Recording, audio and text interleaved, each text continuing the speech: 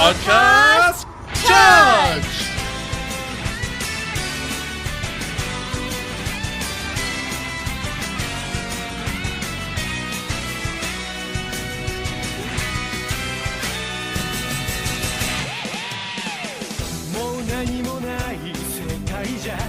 Hello everyone, and welcome to episode 123 of LostinTranslationmon. I'm May. And I'm Jay. And this time we watch the Digimon army makes its move. Or Big Panic in the human world, the Digimon army at Vankez. And the wrath of SaberLeomon. Or Defeat at the ultimate level, the anger wave of SaberLeomon.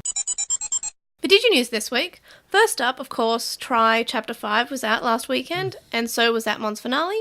So we already had 2 episodes on because there was a lot that we didn't really address in our first episode, and also we got a bunch of feedback from listeners and questions from listeners, so I just thought it'd be best to cover all the Try-related letters that we got in a Try episode rather than Postmon Pat for this episode. And our Atmon finale overall coverage episode is coming out this Sunday, and then our overall episode is coming out the week after that. One of those things we watched was intensely disappointing, and the other one was amazing. You should guess which one was which. Yeah, it'll be fun. You can guess which one we thought was good, and then you can listen to the episode and see if you're right. Some of you may be surprised by the answer. Some of you maybe not. Unless you've already listened to it, and then, of course, you already know the answer then. I mean, yeah, that wasn't for those people. Yeah. And for there's a bit more of DigiNews. So this is something that I just added in just then, so for some reason my Evernote hadn't updated. But Digimon Links is sort of just had a release, and in Australia, or Google Play at least, and I got the little notification that says you can now download Digimon Links. So you can get that now, apparently. I mean, if you needed a deodorant, now you can get one. You already made that joke. What, when? Really? Yeah, when I mentioned it, Digimon Links coming out in the serious? West. Yeah. What is it? Links is we already went through this exact same discussion, and it's going to go the same way. Oh, you know what that means? That means I probably don't care. It's freemium. Oh my god. It's free to play rubbish, but it's great. Well, it's probably not great. You just called it rubbish. Digimon's in it. It's RPG. Oh, disgusting. That's it. Disgusting. And now we're into Lost NewsLatelymon, and just some quick stuff. We have some surveys and polls are out, and we released 2 Try specials last weekend. Boy, did we ever. Yeah, we released a lot. If you look at our Spotlight on SoundCloud, our last 5 episodes, 1 was from today, and then 4 were from last weekend. So we had our regular episode, which came out on Saturday morning. Then we had our first Try episode, which came out on Saturday, and then our next Try episode, which came out on Sunday, and so did Atmon coverage for episode 51. Have you ever thought that we make too much nonsense? No, it's fine. It's great. We should stop. I just hope it's appreciated and it's listened to and it's liked. Why don't we retire right now? Because we don't have enough money to retire. Oh, that's fair enough. Or did you spend from the podcast or overall retire? I don't know. Probably the podcast. I can't wait till I'm retired from when I'm in my 60s and I can retire and I can just do nothing but have dogs. I'm dead because I ran. My throat hurts now and I've run out of laughter. I've used it all. Yeah. So for those who don't have the unedited part, we took half an hour trying to start the episode because Jay couldn't stop laughing. It happens sometimes. This is a particularly bad one. It happens I would want to say every couple of weeks, but it literally happened last week as well. Yeah, but it wasn't so bad. And then it had been months before that. Yeah. So I'd been building it up, I guess. Yeah, you were building up the giggles. Sometimes I laugh and I can't stop, and there's nothing funny anymore, but my body keeps going, and then my head hurts. So Jay gets chronic giggles before we start sometimes podcasting. Which, I mean, as chronic things to go, not so bad. Yeah, sometimes you get you just start talking about politics. It's not a chronic illness. You talk about politics very hard and a lot, and I'm okay, I don't pay that much attention to American politics. American politics. Because they're the interesting ones. What do we got? Voting Pauline Hanson. We got Pauline Hanson, who's a joke, and we got the plebiscite, which is a joke, and then that's it. We've got racists and homophobes, and sometimes they overlap and they're the same people. Yeah. Quite often actually. Quite often. And on to Obnoxious Synopsis. The first episode that we're watching this week is called The Digimon Army Makes Its Move, or Big Panic in the Human World! The Digimon Army Advances! What do you think will happen in this episode? I think SaberLeomon is going to do a counter-attack into the human world. And then also Ikuto is going to be on the lam, and Dats is we've been told by the Minister of Confidentiality that we need to find that kid. And then the dad is going to be there you have to find my son! Also, maybe they'll release my wife or something. I'm oddly unemotional about this having happened. I'm a terrible person. I should have just told him that his mum was dead, because that's what all the cool dads are doing. Or alternatively, my favorite is, She always wanted her son back, and she was really upset that she thinks he died. So if we tell her he's alive, she'll be somehow upset. I hate the dad. I can't believe it! He's so stupid! The question will be, more than anything, in the English version, will the mom still be arrested? Because they changed that. And yeah, that's sort of that covers it. Do you think anything will annoy you in this episode? Yes. Obviously, SaberLeomon was told not to attack, right? Yeah, Muruki Mom says, there's no need for that at the moment. It'll cause more harm than good. Well, that will be one thing. Also, Ikuto being a huge baby and the dad being awful. Yeah, well, he is. Just all of those things. Yeah, that's reasonable. Did you think it'll be a good episode? No. What rating? 5. Woof. Filler or not filler? No. At least we're not getting any filler lately, right? That's true. The second episode that we're watching this week is called The Wrath of SaberLeomon. I didn't even read this in advance. I just assumed that they would introduce him so he could attack the real world. Or defeat the ultimate level, the anger wave of SaberLeomon. I honestly think this is just like the Dats attacks and like fights SaberLeomon, and maybe Ikuto comes back to help. But honestly, I don't have much information on this one because that just says they fight him. How long until he dies, do you think? Oh, it's not going to be long. Because, let's be real, he's a Leomon. His days are numbered. Also, to be fair, and to be totally open on the show, I sat down with you for lunch earlier and I said, I think SaberLeomon might be the real bad guy because they sort of foreshadowed it by having him attack the exploration team. Because I think that the story being told is lies and probably like he's evil and hates humans and started everything. And you're like, no, humans are just evil and they did go around killing people and that's what the truth is. So Savers has two big bads, right? Yeah. I think there's one of them you'll like and one of them you'll hate more than anything else. And I can't tell you why, but as soon as you find out who this bad guy is, you'll be like, yep, hatred. Okay. So I'm thinking the one I like, it will turn out that the big bad guy is Masaru's dad.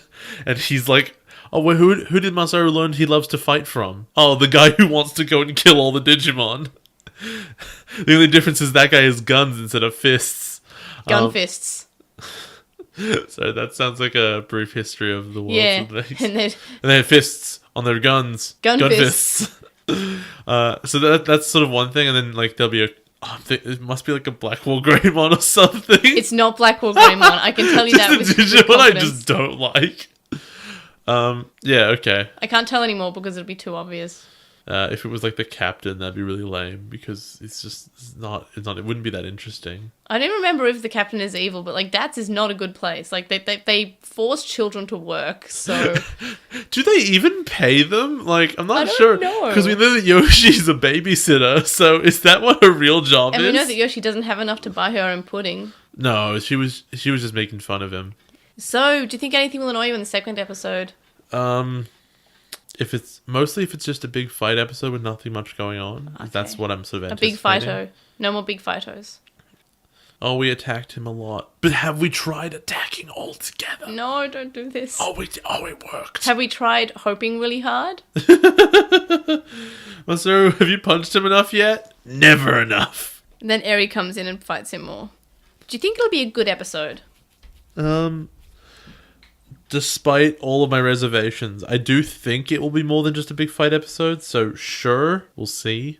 We'll probably find out what like SaberLeomon's motivation is, and that would be good. You've also spoiled to me that there are robots, although I don't really understand what that means. We literally see they're silhouettes. We don't know what they are. Silhouettes of robot-looking things. Those look like spaceships to me. They look like vehicles. But if you think that they're robots, then they're robots. Well, they're not exactly robots, but the closest thing I can say without spoiling too much is that they're robots. You know what? They actually look like Digimon. Shrugs. Yeah. What rating? You already gave a rating? No. No, I did not. No, you did not. So, assuming that it's decent, we'll give it a 6.5. That's good. That's goodums. Not a 6.5.6. Do you remember when I used to give those? Yeah, you used to give ridiculous ones. Or didn't I used to give like a 5 or something? I think you might have once, maybe. Those suck. Filler or not filler? Depends. It all depends if they beat him, doesn't it? Well, they're fighting him. Well, he's Leomon, so his time's a bit numbered. So I'm thinking it's not filler. So, do you think he dies in this episode? Because I actually can't remember how long he lasts. I'm assuming he dies. He's a Leomon. Yeah, I guess I feel that way. Like, as I said, I don't remember much about Sabers, other than the SaberLeomon's there. And SaberLeomon. SaberLeomon. Ooh, SaberLeomon. I just think he'll die because he's Leomon, and that's... I know I shouldn't think that. Maybe he becomes good. Maybe he joins their side. Maybe he just dies. Why is it called Digimon Savers again? Because they save things. Is that really it? Yes. Oh my god. Alright, anything else you want to say?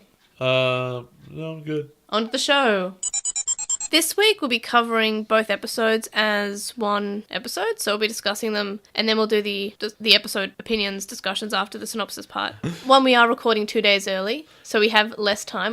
For sure. I don't want to stay up until 1 a.m, doing pre-editing stuff and doing the podcast until 1 Why not? a.m. I do that every night. On a weekday. Yes, but I get up at 6:30. Oh, I don't. Yeah, you get up like 2 hours after I do. Yeah, I did that. Because you live like right near your work. I do. It's great. It's the best thing ever. And I like doing exercises and studying Japanese in the morning. I mean, you're allowed, but Yeah. I mean, why would you ever do that? And playing with my Digimon, that too. No, that's illegal. And also, I would do podcast stuff in the morning. I upload screenshots. Oh my god, you do too much work. No, I don't. So, the start of the episode, I noticed this strange thing, is that the subtitles actually sort of mislabel the episode a little bit. It says above Ningen Kai, which means human, Ningen, Kai, world, and it labels that as real world, but that means human world. Have we always been screwing that up? Has that always been the case? No, this is just... No, because the subtitles have been saying human world, and I they've don't mean in been this saying season. Ningen Kai. I mean in the rest of Digimon. I don't know, because previously I didn't know the word Ningen Kai, and now I do. Because I'd be annoyed if that criticism I've always had was just not real. Well, I know a lot of people have it about Digimon, and they've said that what Savers does correctly is that it actually calls the human world and not the real world. Well, maybe it's different then. But the dub has always called the real world, and not the human world. And then in the dub Dubs of are Data stupid. Squad, they call it the human world. It was just one thing I noticed. I'm not sure if you picked that up or But not. who do they save? What? But who do they save? No one's ever really in danger. Except in like this episode. Yeah, except for when SaberLeomon comes to kill everyone. Yeah, but that's pretty unique. That's actually never happened before. They're not set up to stop that. If they were, there'd be more than 4 people on staff, and they would at least some of them would be over 20. Hey, they have like 6 people on staff, excuse you. Right, and some of them aren't field agents. All the ones over 20. Well, we have Miki and Megumi actually do something this episode. Yeah, but only because they had to be called out of reserves because there was like a huge invasion going on. Yeah, and then they look like Jesse and James when they do it. I mean, Jesse and Jesse. Jessie and Jessie. Jessie and her girlfriend Jessie. Fair enough. Jessie and Jane. Yeah! I like that episode where he got breast implants for some reason. That was cut in the English version. The recap of this episode, well, the episode before it, states that the governor arrived to chase Ikuto down. And that's not what happened at all. In which version did it say that? In the original. And in the dub... He's not the governor, though. That's what the subtitle said. He's the Minister of Confidentiality. I thought the subtitle said governor. I don't remember what it said, but I'm telling you what he is. Anyway, he showed up to... The government? Yes, to chase down Ikuto. And that's totally not what happened. And in the dub... Yeah, he was there to find the portal, and at the end of it, he was like, oh, we should probably get that guy. They said, they were here to arrest Ikuto, or Keenan. I'm agreeing with you. Yeah, I'm just saying the exact words, which was, they're here to arrest Keenan for opening the digital gate, which, like... All of that's wrong. It's wrong, but, like, they Ikuto, like, or Keenan admitted to opening the digital gate, even though it wasn't him. Yeah, okay. Well, so it's true because that's what they did. But it's lies because they didn't go there to do that. No, but the original still says that it's to chase him down, but he didn't arrive to chase him down at all. He was surprised to see him there. Also, in the recap, Falcomon calls the gate a Digigate. You mean Almon? Almon, of course. How could I forget? He's an owl. No, he's called Bird. He's not a falcon. And he's Marcus's pet. And Marcus says that he's Keenan's pet. SaberLeomon is asking Marukimon if he's having cold feet, and he says that he's here because he wants to give Marukimon a good kick forward. Hold on, I get it. It's an infinite ice ridge. He always has cold feet. I didn't even get that was a joke or not. I still don't think that's a joke or not. Probably wasn't. No, that's too smart, but well done. I wonder if cold feet is even in the expression in Japanese, or if it's something similar that Trish translates better as the idiom. I'm not sure. It's just in the subtitles. I know the word Ningen guy, but that's a... You know the word for cold. I know a word for cold. Fair enough. There are probably multiple. This is why Japanese is hard. There are lots of English, so that's fair enough. Learning languages is hard in general. So yes, SaberLeomon is here because he wants to give Marukimon a good kick forward because he's letting the humans just do as they please. In the dub, he says how it's sad to see such a strong leader become so weak, and he's here to discipline him, and he says how he's just letting the humans walk all over him. I love that he calls him a strong leader. In that, like, what leadership has Mercurion ever shown that he has? Hey, look, it takes a lot of strength to sit on that throne and do nothing. I know. Because, like, here's the thing, right? If you see a CEO, you can reasonably imagine, all right, well, they're running the company that you see. So I understand what their leadership must be accomplishing. This dude sits in a cave of ice, and the only thing we've ever seen him do is tell people to attack children who win. Children win. He came to the human world and shrugged Marcus off when he tried to punch him. That's not leadership. He didn't lead anyone. He did that himself. Well, he was just there to get Piemon's egg as well. Yeah, well, that's not leadership. And then what did he do? Lead Piemon? No. Well, he opened him up and he just sort of hatched and got lost. Good leadership for Ikuto. Didn't even tell him he was human. And didn't give him a Digimon name to make it a good lie. Yeah, no, that's fair. Also, in the dub, I noticed that SaberLeomon seems a lot more aggressive. And, like, in the original, it seems like he's genuinely here to help him. Like, he's just like, I'm here to help you. And now in the dub, it's just like, I'm here to discipline you because you've done wrong. Mate, it's because he's a bad guy, and bad guys can't be complicated. They have to be angry and aggressive. Well, he's not in the original. I know, but it's the English, and bad guys can't be complicated. I don't know what's confusing about that. SaberLeomon says that he wants to wipe out the humans. And Murukimon says that he wants sacrifices to be minimal. In the dub, he wants to only target the humans who specifically have hurt this world. Which is fair enough. And it seems like he's almost grown from the discussion that he had with the director and with Masaru. That depends on what your idea of what sacrifices are. Well, in the dub, he says that he only wants to hurt those who have hurt this world. I know that, but if you look at the original and your idea of what are minimal sacrifices... The Digimon partners, probably. Okay, so your interpretation is that it means less Digimon dying. Yes. At the end of the day, that means the same thing. Yes. Yeah, it's about minimizing risk because this is your target, and then a full-scale invasion wouldn't get you that target. Yeah, but the dub is more clear with saying, I don't want to hurt the people who haven't wronged us, who are innocent in this whole situation, because there are people who don't know about the digital world, and he's aware of that almost, and it seems that... How could he possibly be aware of that? Well, he was speaking to Masaru, who knew nothing about the whole thing when he was speaking to that whole group of people. Okay, he might not know what the thing is, but he clearly knows what the digital world is.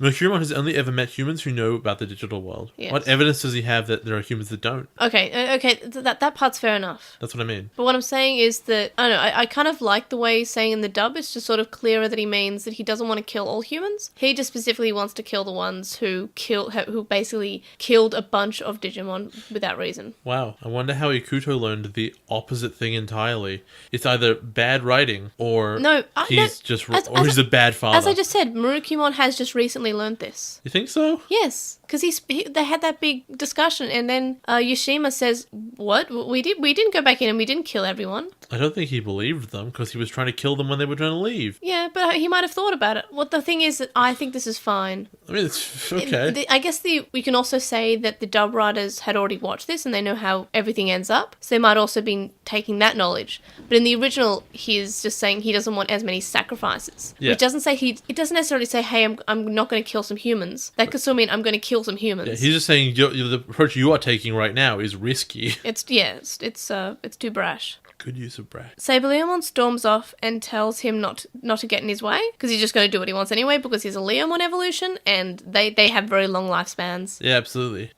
His name isn't Death Wish Mon for nothing. In the dub, it's fairly similar, except he says if Murukimon gets in his way, he will battle him for control over the Digimon army, which is a lot more aggressive. Also, like, isn't he like just the guardian of the forest? There's not just like a standing Digimon army that you can or cannot control. Yes. Who are they a formal army of? The digital world? Well, if this episode is anything to believe, we have Terramon and Bormon, and that was part of the army. It's not a very good army because they're armor evolutions. Army evolutions. Also, Masaru can just punch them out. Well, that didn't work in this episode. There were too many. No, but he does do it. Like, he tries. They are such lame Digimon that a dude can punch them. I like Terramon. Terramon's my friend. You mean Pateramon? Do you like Terramon or Bormon? Pateramon. Do you like Terramon better? Pateramon. Do you like Pumbaa or Airplane? Oh, if you just give me the choice, I like Pumbaa, but I don't like Really? Best Pumbaa that much. Pumbaa's great. I like the Airplane. He's my friend. He looks like Sparrowmon, who's the best Digimon. Sparrowmon sucks. Fight me. So does Shoutmon. How do you know who Shoutmon is? Because you've shown me your toys of him. The way you describe it is just like, I take you to my Digimon collection and go, this is Shoutmon, this is Sparrow. That is Where's totally the what I lie? do. You're right. Where's the lie, mate? That is what I do. Why do you do this to me? We then see that Ikuto's running away from the feds, and Yoshino rescues him in some initial D-level driving. Does it not look like... I don't know, I always felt like he was getting captured. Because the feds are them. Dat is the feds. No, this is the government specifically. But Dat is the government. No, but this is the more government part. But that doesn't make any sense. This is the government. Like, the FBI is the government. Yeah, but I don't think that DATS is maybe a subsection, but it's just like they are government workers, but they themselves are not government. They are not hunting down Ikuto. They're all government employees. This ministry guy is chasing him down. Like, not DATS. The thing that I mentioned this before, it bothers me about Sabers every time, is that DATS is obviously a government body, but they refuse to act as though it is. They act as though it's a private company, where like the captain's like the leader of the company, and they just do whatever they want. And I get that they're like, they're beholden to this minister dude who sometimes tells them what to do. But if next episode's anything to go by, it doesn't matter what he says because you can just ignore him, especially if you're Masaru. We then see that Gotsumon is groveling to SaberLeomon, and he says that he wants to fight alongside him. And Gotsumon says that he wants his own troops. Do you get like the irony of this whole thing? That he's basically groveling to anyone. He was groveling to Marukimon, and then Marukimon says, hey, let's not attack the digital world, and now he's going to someone who wants to attack the real world. I wouldn't describe that as irony. I also misspoke. I said digital world, not human world. I mean, again, that's not what irony is. Irony is Ikuto's a huge traitor. Oh, yes. So now I'm going to betray Mercurymon and go and defect over to SaberLeomon because I've been ordered not to attack the digital world, but I really wanna. No, I sort of disagree with you there because he was specifically saying that Ikuto is a traitor to the digital world. Okay. And now Gotsumon is just being a traitor to Marukimon, but is still on the side of the digital world. No, but I would describe, if he hates traitors so much, why would he become one? Wouldn't he just like talk to Mercurymon, try to convince him also, better? I'm not sure if you gathered this, but Gotsumon, not so much of a nice guy. Yeah, I know, but therein lies, like, you're allowed to be ironic. Irony is allowed to happen to not nice people as well. Like, I don't know what that's the point of that. Also, we don't know that he's made out of iron. He could be made out of any sort of stone. There's just a bit of ore in there is what I'm saying. He's a pebble. A pebble. Pebble. Don't know what a pebble is. Was he evolved into a bunda? Bunda. Yeah, he's a pebble. He's Pebblemon. A bapple. Maybe he's quartz. Not rose, though. No. Okay. Nah. Hurry up, my last stockpile's coming back. Your laugh giggles for no reason. Back at DATS, the characters are trying to work out what to do since they helped a wanted person escape. Forgot to mention. Very important. Yep. Hey, so Ikuto's trying to run away, right? Yep. Doesn't he have a bird that he can ride? He's very small. What? No, but he's ridden him before. In the digital world, he may weigh more in the real world. No, come on. We've gone through this. In the human world, they may weigh different. And I think you've actually gone to that point before. That's lies. I'm pretty sure at one point during this show, you have Look, that makes specifically said, sense. hey, what if they have different like mass when they're in the human world as opposed to when they're in the digital I think world? that makes sense, but also I think that we have seen him riding on... We have. When he was fighting the house. He rode on Falcon. Oh, yeah, he did, yeah. So you lose... Why doesn't he just fly away? Also, it's harder to hide in the sky than in the forest. Yeah, but they can't chase you if they're on foot. Yeah, but I think he's trying to hide. Also... What do you mean you're trying to hide? Also, just get away. Also, Yoshino is not in the... She's not in the sky. She's in the ground. Who's Yoshino? What? Yoshino's one of the characters. She's the one with the red hair. No, I know with that, but why Lalamon. is that relevant? Because she catches him and that was in the script. Yeah, but if he just flew away, that wouldn't have happened. Yeah, but she needs to catch him because that's what's in the script. I get it. Anyway, so continue. You were busy. In the dub, Samson seems angry about Kenan being there, and meanwhile in the original, he's almost like he's sympathetic. Like he's saying, okay, we have to work out something to do with him. We can't just like have him sitting around. What's our plan going to be? In the dub, is like, why would you bring him here? How dare you bring him here?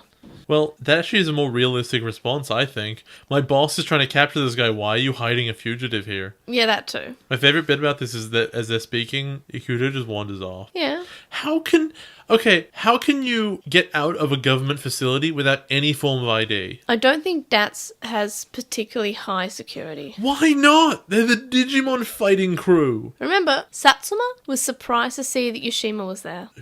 What, Yoshima? The guy with the turtle? Right. Next episode's way worse for this. It's actually the worst one so far. Yeah, people just sneak in and out. It's just something... Look, He was sitting there the whole time, May. DATS don't have good security. Science Man was just sitting there, and he says hello, and everyone goes, whoa, when did you get here? He was in the conversation. Yes. You could probably just sneak in there, sit down, and listen to some very, like, intense stuff. No, just Ikuto just wanders off. No one notices the giant bird walking away, even though their entire point was to capture this kid. Maybe he flew away. Maybe they have no roof. They didn't fly away. We don't know that. You didn't see him fly. We do. Kushi saw him walk. Oh, no. Kudamon suggests that they get Ikuto a safe place for now, And Masaru offers his place because he wants more people to his family. He's just like, that's his job. It's got to catch them all, but they're family members instead of Pokemon. Or employees, depending. Or employees, yeah. I want to be everyone's Aniki. Ikuto and Falcomon are gone. Then we see that Falcomon is asking Ikuto where he's going, and Ikuto tells Falcomon to go back to the digital world and to not follow him, and Ikuto runs off. What is weird about this scene is that in the dub, Keenan has like inconsistent levels of English, and I think this happens later on in the episode, like maybe next episode I think as well. It's really annoying to have to communicate complex subjects and like emotional stuff when you only speak like this, and even that was too much. Yeah, it's like I think it was when he was eating food and he's not eating food and he's telling Falcomon to eat, and then Falcomon says, but you should eat too, and he says, me no hungry, when he's just gone from saying something along the lines of like, oh, Falcomon, you should eat if you're hungry. And it goes from like actually okay spoken English to me no hungry. You know, it'd be a really sick twist. If Ikuto actually speaks regular English just fine, it's just a speech tick. Yeah, that works better in the original version because they do have vocal tics in the original of all Digimon seasons, basically. Makes so much sense. Have we met any Digimon with a vocal tic this season yet? Not that I'm aware of. I think Kamemon might say Kame. Oh, maybe. Because he's a turtle. Turd. I love him. Get turt. I love him. Getting turt with Kamemon. Masaru is looking for Ikuto and Falcomon, and in the dub, Agumon is getting motion sick inside the Digivice because it's hanging around his neck and rattling. In the original, he's just saying things like, oh, have we tried here? So I have some questions about this. Yeah? How does he get motion sick in there? Because the question then becomes, is the Digivice, does he just get smaller and he's physically in the Digivice and that is just a window? Or is he in the digital world and that acts like a screen, in which case the image is just moving? I think it's just his data. Alternatively, it could be like in Try when they go into the computer, how they live in Koshiro's computer screen. Yeah, but I mean, like, if you were to, like, throw it up into the air, would they feel momentum inside? Or do they just see movement on the screen? I don't think so. I think this is just something that they added in the English Oh, it version. is, but, like, it begs some serious questions about how this works. Yoshino is also looking for Ikuto, and she says that it shouldn't be, like, very hard because of his outfit and what he's wearing, and that would make him stand out. Then we see that Masaru is still looking for him, and it's nighttime now. And Agumon chomped the water. Yeah, it's the best scene. It's so cute. Masaru says, damn that squirt, making me look after him, and he's really angry, but he also, it's more like he's angry that he cares. He's like, how dare that person make me feel things and make me care for him. What a tsun. In the dub, he's complaining about his legs and saying if he ever catches the little squirt, he'll let him have it. So again, it's like, this whole thing's a chore. I'm being forced to do this. And the original's like, well, I have to do this, and it's annoying that I have to do it because I'm doing it because I care about him. I never read it as a chore. Even when he's more frustrated by it, like, it's annoying. But this is the same as last episode that we had, and it's when he's talking about taking care of him. Marcus is always like, this is a job, this is a chore, and I hate doing it, I hate looking after this kid. And the original was just like, I'm an older brother, it's hard work, but I'm going to do it because I'm an older brother. Masaru is the best, and I will fight anyone who says he's not. I just have to read it in context of like, but I want him at my house, right? I want him to hang out. He's a good brother. You can't hate him that much. Yes, which makes it inconsistent in how he's acting in the dub, which is just like, this is hard work, I don't like it, I don't want to have to do this, but I'm being forced. Fair enough. Maybe that's how it reads at normal speed. Like, yes. In the dub, he seems to be doing it out of obligation, and the original, he's doing it because he actually wants to, and he really cares about Keenan, and he's a good older brother. He is a good boy. Masaru is a good boy. What is the goodest boy? He's the goodest boy. Send your goodest boy. Masaru starts drinking from a fountain, and Agumon puts his entire mouth over it, which is not very clean. The funniest part about that is that he wouldn't be getting any water out of it. It's a funny scene, though. Masaru is told about a Digimon signal and how a great number of Digimon signals are appearing, and there's lots of Terramon. And Masaru goes, oh, a Digimon signal! Is it Ikuto and Falcomon? And this is removed in the dub. He just says a signal, and then Agumon wonders if it could be a Keenan and Falcomon. Is it just in the English when at the end he goes, look up? He just looks up? Yeah, I think it's only in English. So weird. It's also really hard for me to say Keenan and not Ikuto because like say Ikuto. I know, but I like trying to use the dub name when I'm talking about the dub. Ikuto. It's just really hard. I'm trying to use the original names when it's relevant to the original, and the dub names when it's a dub line that they've added in. For a moment, when they're showing the Terramon and everything, I thought, oh, okay, so the Digimon they're bringing in just happen to be the ones that you'd be able to like mistake for modern military vehicles, so that people don't know what Digimon are. Yeah. And then like the bulls show up. I'm like, oh, all right. But you know what Guess that's not happening. they didn't do, and what they've done in every other season of Digimon, is that they have a civilian wonder, oh, is this a movie shoot? Well, because people are actually just dying. Oh yeah, 100%. People are dying. What I wish they had said is give a death toll. Obviously, just tell us what the damage was. See, Digimon doesn't do that. Even when it's clear that there would be a death toll, it just blew up an apartment building and then a bunch of houses. People would have died. It's not possible that there was no one home at that time. Venom Vandemon craters a whole area of Odaiba. Yes. And just throws around that ball. And that would have killed people. And, I mean, you can sort of say, okay, they don't want to say that people died because it's a kid's show and that's dark. Some say that raises the stakes. But yeah, it 100% raises the stakes.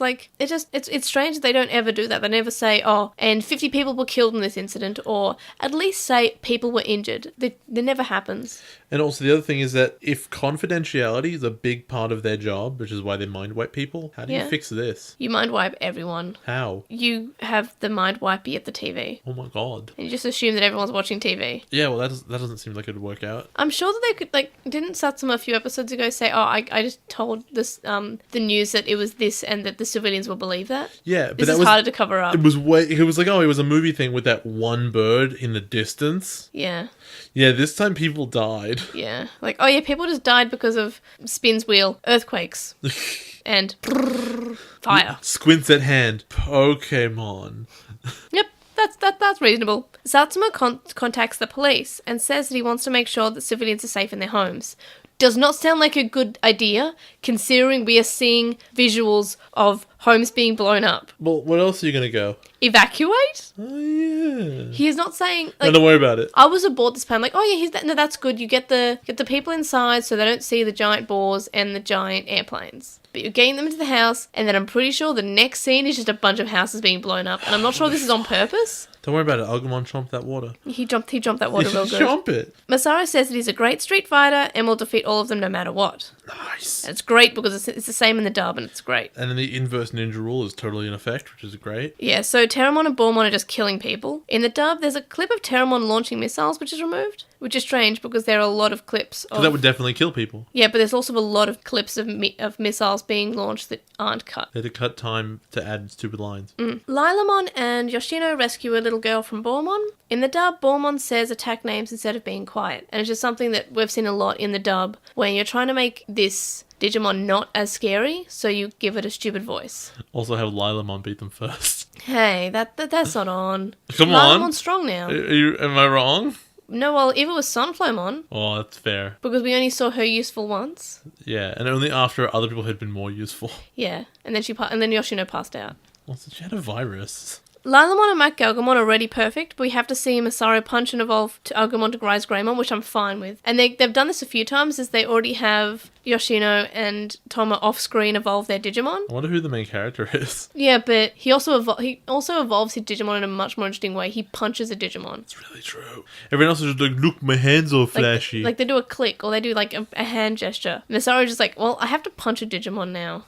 Ikuto's I need to pull out cards. No, he doesn't. No, but it'd be funny. He just charges his anger and his Oh Digivice. No, he's angry. I hope they explain how he has a Digivice. I really do. I bet they don't. I hope they do, because I have a lot of faith in this season. Because he didn't have one when his mom died, right? He had the robot. Yeah, but that robot wasn't a Digivice. Yeah, I mean, he didn't have the robot. Oh, you meant Frigimon as the mum, not the mum as the mum. And I was about to say, yeah, the mum never died. Yeah, exactly. We then see this clip of a city, which I'm pretty sure was, it was cut in the dub. And it's just basically the city is on fire. And then later on, we see the scene, and it's exactly the same. We see it through the view that Satsuma and Kudamon are looking through. Kudamon says that the situation is dire. In the dub, he says that they're being overwhelmed and they can't hold back much longer. Satsuma pulls out his Digivice and it's black and red and it looks kind of like Akuto's, but Akuto's is black and blue.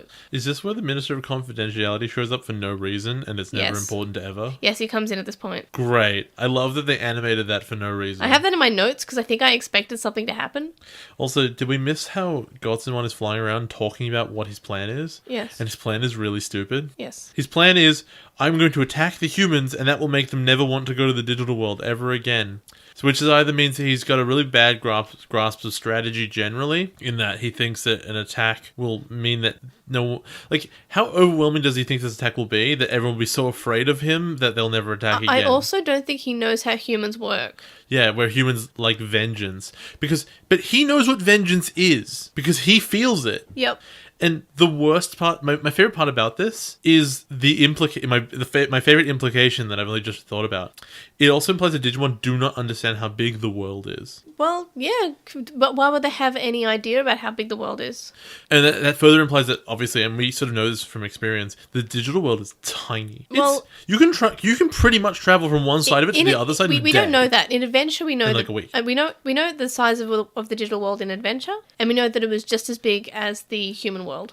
You see, they say that, but like the continent of Server, quote unquote, is not a continent sized. Well, some continents are different sizes. Because you can see it like compared to an island, right? And the island's pretty big. Yeah, but Australia is a continent, and then we compare it to America. No, Australia is also an island, fair enough. Also, Australia's pretty big even compared to America. They're both continents, by the way. Okay, compare it to Asia, which has Russia, which is bigger than Australia. But what I mean is, like, it takes a long time to walk across any continent on Earth, but you can walk across the digital, like, the continent of Server in a short amount of time, comparatively.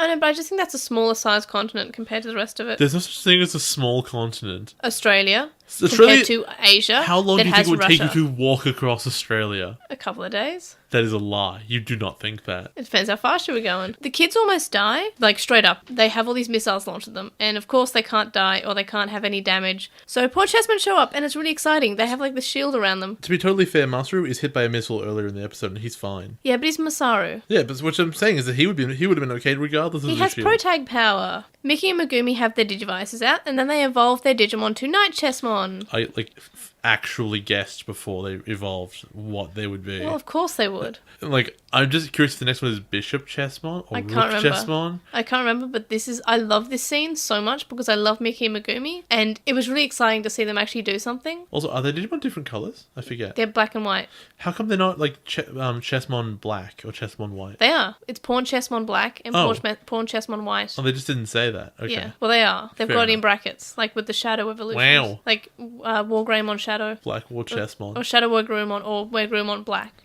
Gotsumon announces they will pause temporarily and will stop their attack altogether if they hand over Akuto, who is the cause of the entire thing, and destroy all teleportation to the digital world. Okay, he gives them that offer in the other way around. Yes. So it's first reasonable offer. You don't go to our world, which you haven't done for 10 years anyway, so you didn't think it was valuable. Easy. Yep. Just stop coming to our world. Also hand us over a child that I just don't like. And they're probably going to kill. So, like, it almost seemed like he could have been totally successful, 100% victory, exactly what he wanted, all the Digimon are safe forever, and just, like, his weird antagonism towards Ikuto has, like, ruined Digimon's, like, the digital world for the rest of time. Also, Gotsumon lies to the humans. Gotsumon says the reason for this whole thing is Akuto's fault. Even though he knows that the whole thing is caused by the humans coming in and killing them. I would disagree with you in the sense that I think this demand stems from the fact that this is Ikuto's fault, in the sense that Gotsumon's not here on any kind of big agenda on behalf of the digital world. He just doesn't like Ikuto. But SaberLeomon wants to come there anyway. Yeah, but he's not there yet. Also, what's to say that, okay, humans destroy all their teleportation equipment and they hand over Akuto. Yes. What's to stop SaberLeomon from coming back? Oh, nothing. Which is, I mean, obviously why it's a terrible idea. But, like, sacrificing a person for someone's weird vengeance, I think what's funny is that I think going forward in this series, you will probably find more and more, we can go back to this decision right now, for Gotsumon to add on, oh, by the way, give me Ikuto as well, I'm going to kill him. That is going to be the reason that, like, all the bad stuff happens from now on. Because I believe the humans all seem to be like, okay, fine, we'll do that. Oh, wait, no, we're not going to give you Ikuto. You couldn't do that. So the governor says that they accept the terms, and he orders the 3 DATS members to capture Akuto. Akuto calls out to Gotsumon, and Masaru runs at him and tells him not to do this. Akuto says he's the cause of all the problems and no one likes him. In the dub, he sort of says the same thing, except he says that nobody needs him. Falcomon rescues Akuto and says that they're friends, and that he loves him and wants to fight with him. Sorry, I like that change because it's like, everyone likes me, but no one needs me. In the dub, the conversation with Falcomon is more or less the same, and that's nice. I like when they keep things the same. Ikuto evolves him to Peckmon, and then a man in a lab coat shows up and says, "Be grateful and let me help you." And he opens up a digital gate, and it sucks in all the Terramon and Bormon, and is very much like Yamaki and Hypnos in Tamers. With the whole thing, the Yugoth, was it called? The big thing in there? Yeah. So what bothers me here is when he says in the English, just like I did in the digital world. Like he just says, "It was me! It was me all along!" Yeah, so he basically tells everyone that he's I feel bad. like it was meant to be implied in Japanese, right? Like it's implied, but it wasn't clear. Oh, yeah, but like, who's this guy? He's a mystery. This one is, I'm the guy who did it. Yeah, it's implied in the original that he is not too nice. I mean, he's doing something. He's sort of like, yes, be grateful. Yeah. In the dub, it's just like straight up, "Oh, BT dubs, it me."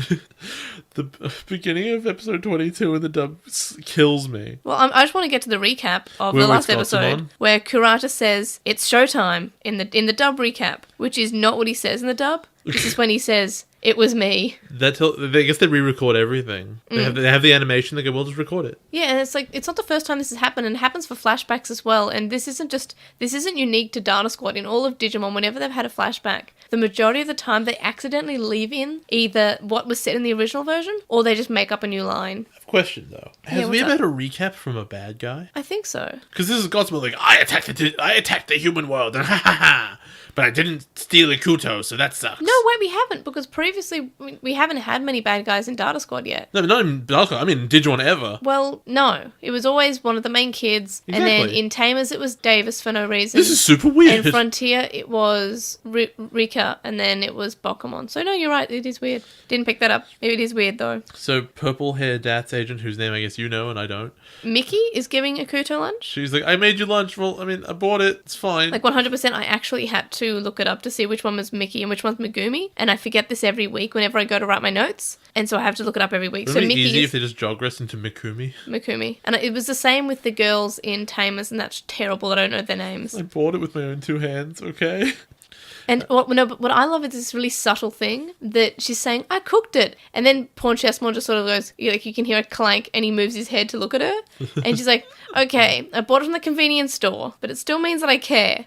And it's just so cute because Pawn Chessmon's like silently judging. Like Pawn Chessmon does not speak, and it's this really cute little funny subtle moment. Why is it this character doing this moment though? It seems like such a Yoshi thing. Like this is her scene. Because they are trying to give moments to the characters we don't know much about yet. Yeah, but what's her relationship to Ikuto? She's never met him before. We don't know, but now we have her. It's fine. Look, I'm it's fine. Never gonna come up ever again. I'm fine with them giving characters moments. Yeah, but like do it better. Like that time that in Tamers where they went to the bakery. That never meant anything, but we learned stuff. Oh yeah, and she was swimming. She had a whole episode. She had like half an episode, and we learned a bunch about her. Yeah, you're right. I forgot about but none of that stuff was weird. Yeah.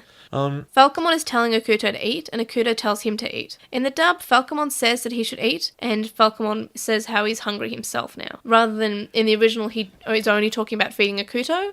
In the dub, he's like, "But I'm also hungry." He's a Digimon. Digimon are hungry. You know that. Digimon are always hungry. I think it's actually a mistranslation of the Digimon are the champions. Digimon are always hungry. Digimon are the hungry. They're hungry acts only. So they're talking about the portal. Yes. But it opened.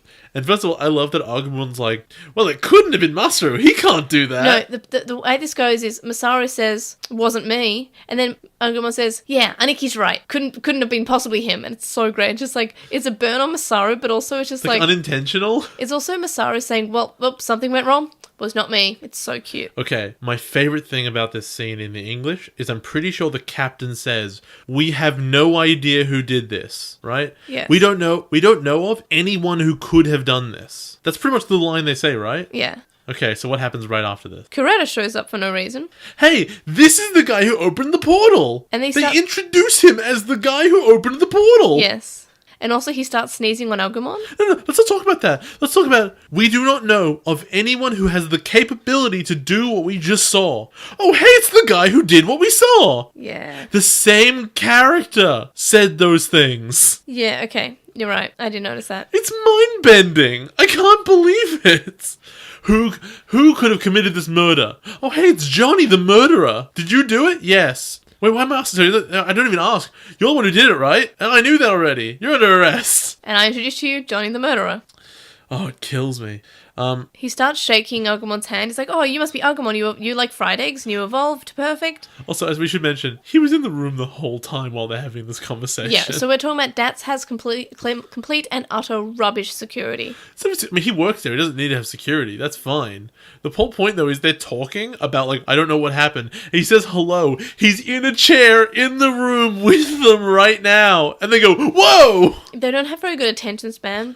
If there was like a whole thing where like he's like really normal and he's hard to notice, it's a bit in certain pieces of media. I'm not sure if he actually does work for Dats. Well, he was in the exploration squad, so. But why hasn't he shown up previously? Because there's more to this building than this one room. I don't know. I'm pretty sure there's only one room. There's a hallway with doors. Yeah, there's a bunch of containment facilities, and then there's like a med center.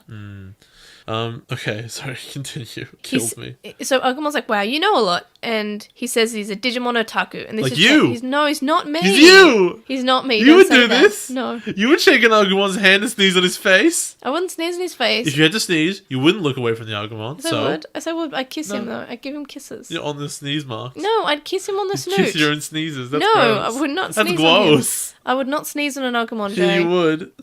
Couldn't help it. Satsuma says that this is Kurata, and he's one of the people from the exploration squad. He's the one who opened the gate. Yeah. Yeah. The thing is, I did notice that they said that he opens the gate, but I didn't actually notice the correlation between they just said, we don't know who possibly could have opened this gate. Pretty sure in English they don't say either of those things. We find out that he was Masaru's dad's assistant, and Kurata says that he wants to meet Okuto and have custody of him. In the dub, he says that he wants to study him, which is more concerning than, oh, I just want to talk to him, I'd like to meet him, and also maybe I could have custody of him. More or less the same thing. I know, but I want to study him. In the original, it's like, I want to befriend him, which is still creepy in its own way. He ever said befriend. He said he wants to meet him. He pretty much says I want him. Yeah, he says I want him, which is creepy. But in the dub, he says I want to study him, which is not how you want to approach a human. So what annoys me here is that, like, the government guy says, the Minister of Confidentiality is like, yeah, sure, I'll grant that. That seems fair enough. Person who we only met today, whatever, I don't know. Maybe I've known him before. Anyway, yes, you can have him. Masaru then goes, I want him. I will take him. And then the captain just goes, well, all right. So somehow he's overruled his own boss? Yeah. And then we have when Ikuto's sneaking out and Masaru catches up with him and says, hey, you should come to my place. And he yells about, I will look after you. And it's so cute and it's so Masaru. He just wants to be an older brother. Oh, we also skipped in the English bit when the captain overrules them for no reason. The science guy, who is just what he is in my head, because his back is turned to the camera and you can't see his mouth, they make him agreeable. He goes, oh, well, I guess it's their jurisdiction. Yeah. He just didn't get what he wanted and he's a bad guy. Why would he concede that? We then go to Masaru's house, and Chika thinks that Agumon is in the box, but it's Falcomon, and she remembers how he burst in the window and basically tried to kill her. She looks really traumatized. Yeah, but we find out she's not traumatized because of how he is. She just thinks that he smells. No, I think she was traumatized and that was her defense mechanism. No, she's brave. Falcomon is about to apologize, and Chika says they both stink, so she drags them away. No stinky in this house. I find that the scene isn't as funny in the dub, because instead of Falcomon saying, I, and then Chika saying, stink, in reply, Falcomon says, hello there, and Chika says, listen, you two need a bath. Yeah, that's pretty lame. Yeah, so it more seems like she does remember, but she wants them to have a bath, and that's either her defense mechanism or she's using it to punish them.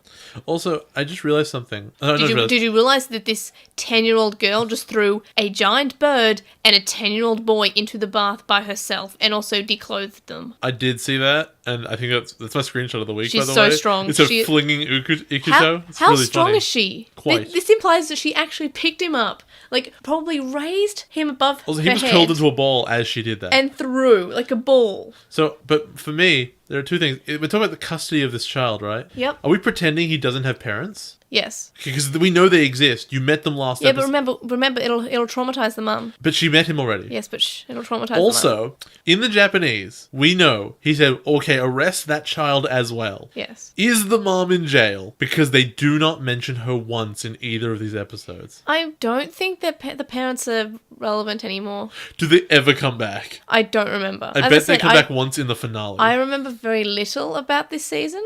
It is unbelievable how they were like the focus of 2 episodes, and now after one of them gets arrested and everything's really dramatic, you just never mention it. See, I remember the good stuff from this season. So that's why you don't remember anything, huh? Hey, no, I remember the things I like, and then... So you don't remember the story at all? No, I remember the story. I remember bits and pieces of the story, but I made the highlights... The rest of it sucks. The bits I remember are the highlights. Okay, so how far does that go? Do you remember the ending? Yes. Okay, so that must be at least okay. I remember more towards the end than I do to this at this part. Ooh, okay, fair enough. Actually, this is where my memories start to come back, but I don't remember anything about the parents coming back. So maybe not. Fair enough. So Masaru then, being a 14-year-old boy, says, I want to take a bath with this 10-year-old boy as well. And he has to take his pants off, but Agumon gets there ahead of him and fills up the bath too quick. And now he can't get in. So he's just standing there, I think he's naked, in front of these 3 audience members. He's got a towel. At least in the dub, he has a towel. Because they censor stuff in the dub. I can't remember in the original if he had a towel. I definitely noticed that later on when we see Chica looking at the bath, they've edited on a towel because it's just her naked back at the end. Yeah, because back's so scary, right? But yeah, I don't understand Masaru's enthusiasm to jump in a bath with a small child. This might be a cultural thing. The bit that you like, where Ikuto's curled into a ball and being thrown, is cut in the dub. I'm actually... Well, because it's a naked child. Yeah, it's a naked child. I'm also like legitimately concerned that like I think, and then for the reason they cut it is like he looks traumatized. So if you look at that screenshot by itself, it might be a funny thing when you fling a child, or more likely you're looking at that and you're like, who touched this small boy? Yeah, he looks so unhappy, but it's so great the idea that this Chica, this 10-year-old girl, threw him in. I get it, because chica is another word for girl. Yeah, I love her so much. Thing you did because you speak Spanish. I don't speak Spanish. You just did. Oh, I did, maybe. Masaru was juicing everyone at the dinner table, and then he introduces Akuto, and then he says, and this is Bird. And it's the funniest thing. It's That's so what funny. I would do. It's just like, this is Akuto, this one's called Akuto, and this is Bird. In the dub, this is Falcomon, Akuto's pet. I don't actually know which one is better. I think Bird is... I like Bird. I like, this is Bird. Bird's a really solid joke, but Akuto's pet's really funny. Yeah. As like a thing to draw out a reaction. Although Digimon wouldn't know what pets are. They don't have them. Yes. But Keenan for some reason knows what they are. Because Keenan's got a great grasp of English, even though he can't speak it. Yes. Then we have the, and I'm pretty sure this has been done in a lot of anime before, when they go, itadaki, mas, and they start eating at the mas. They go, in the dub, it's not thank you for the food. They finish the sentence of food and they go, which the subtitles had it as thank you for the food, and they start eating on food. But the actual, what they're saying is itadaki, mas. That's what they're doing. I believe you. And I wish it was done that way in the dub, because it's just so funny. It's like, they don't even finish the sentence. They just like, we have to eat now. So it should have just been thank you for the Thank you for the food, in which May makes eating noises, which don't sound anything like eating noises. I've heard you eat. That's accurate. Good point. Masaru and Agumon eat very fast, and Akuto eat with his hands, and Falcomon pecks at it. Actually, before we continue, I just remembered. Chika tells Ikuto, I like your face paint. She mentions that. Yes. It is face paint. Doesn't come off in the bath. Yes. It's never coming off. What if it's a tattoo? It must be a tattoo. It's a digi tattoo. I need to know if it ever comes off in this entire season. I think it does. Wow, it's really strong paint then, huh? In the last episode, I think. Wow. We then see that the boys are playing a board game, and Masaru has a sore on his face. But it's shogi where they don't know the rules. Okay, it's with shogi pieces. So what they do is they try to get it off the board without making it fall over. But some of them are already falling over. Like, I don't get this game. It seems like Jenga, but not at all like Jenga. I think the whole point of this game, to me, what I'm looking at is that, okay, there are 2 versions of this, and one is probably, the first one is probably right, where I just don't know this thing, and this is a thing that, like, Japanese children do. Totally possible, it's just like a game they do.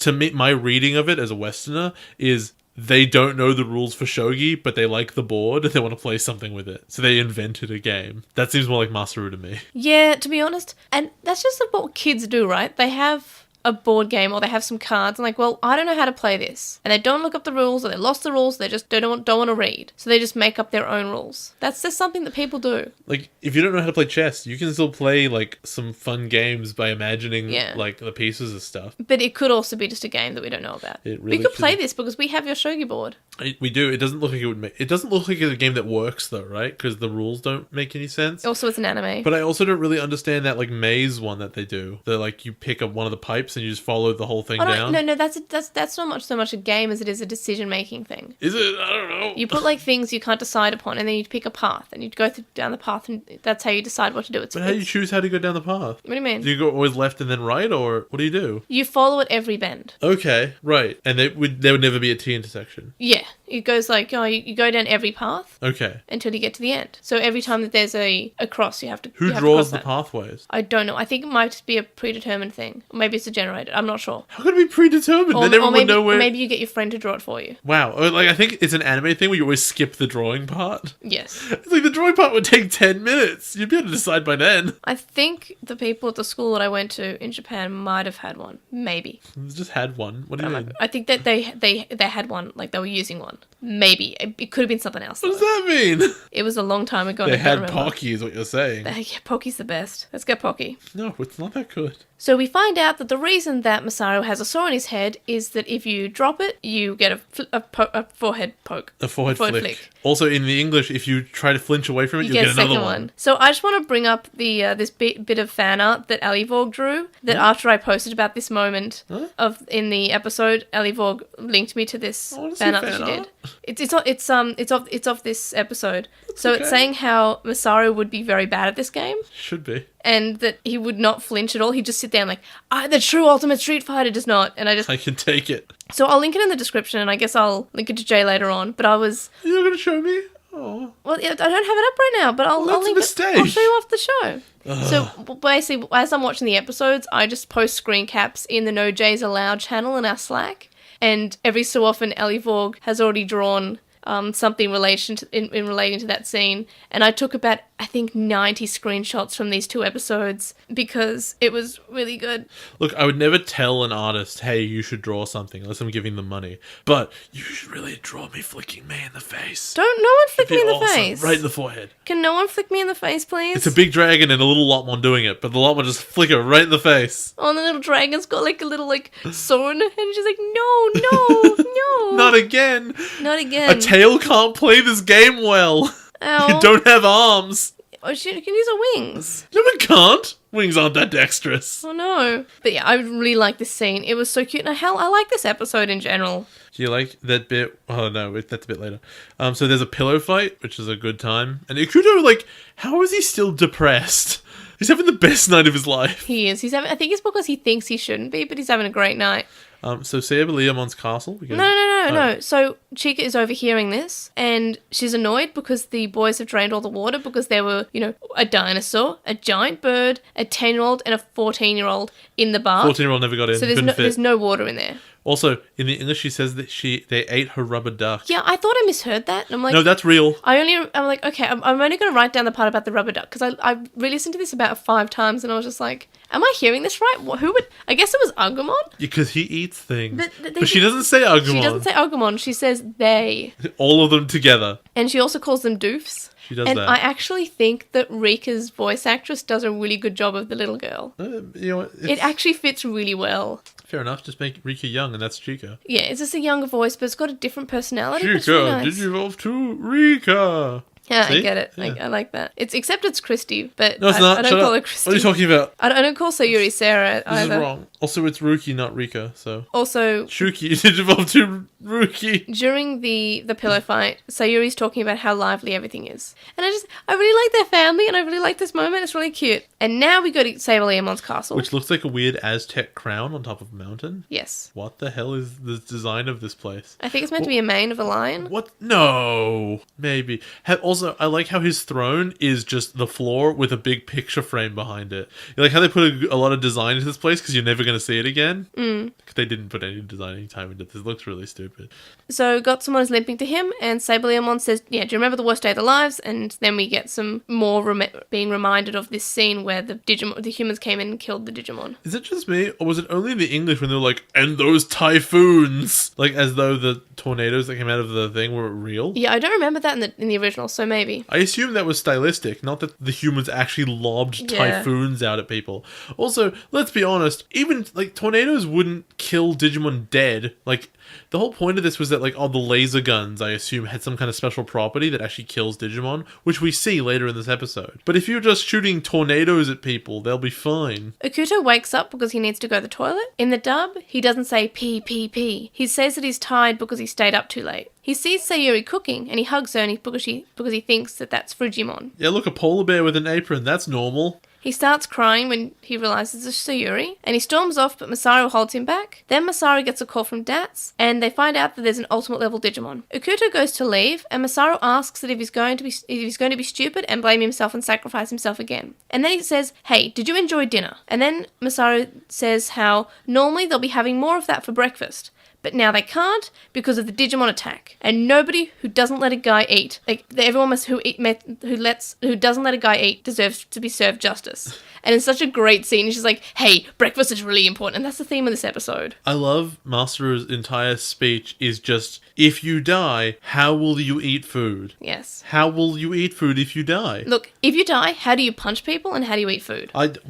Why would you even bother living if you died now? Yes. There's no point in living if you die, because you miss out on all the good stuff. And I'm so happy, but the dub kept this the same. It's the exact same thing of, look, anybody who makes a guy not able to eat, like... It's so silly. They're gonna get it. And then the mom's like, "I'll make you whatever you want when you get back." Well, obviously Agumon says fried eggs. Masaru says curry, and she goes, "I'll make you fried egg curry." Spoiler, it looks really good. I want to make that. In the dub, Chika mentions that Masaru's still in his pajamas. Sayuri says that she'll keep the food warm, and then in the dub, she says that she's going to make fried egg curry. Then we have a cutscene of LiTymon being thrown against a tower. Surprise! LiTymon losing a fight.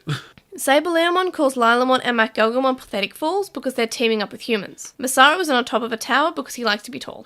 So here's the thing, right? It made sense in Tamers that Phoenixmon, whatever it was called, didn't like that Digimon were teaming up with humans because it was a religious fanatic, right? Yep. It was part of its religious code, I do not like this thing happening, and thus I'm not okay with it. SaberLeomon, on the other hand, is of the opinion that Digimon and humans are like natural enemies. Shouldn't he have some questions? Like, why are you partners with these guys? Not you're stupid, because to him it should make no sense at all. He's never seen this in his life. He's never seen Digimon partners. Shouldn't this be something he asks questions about? Maybe.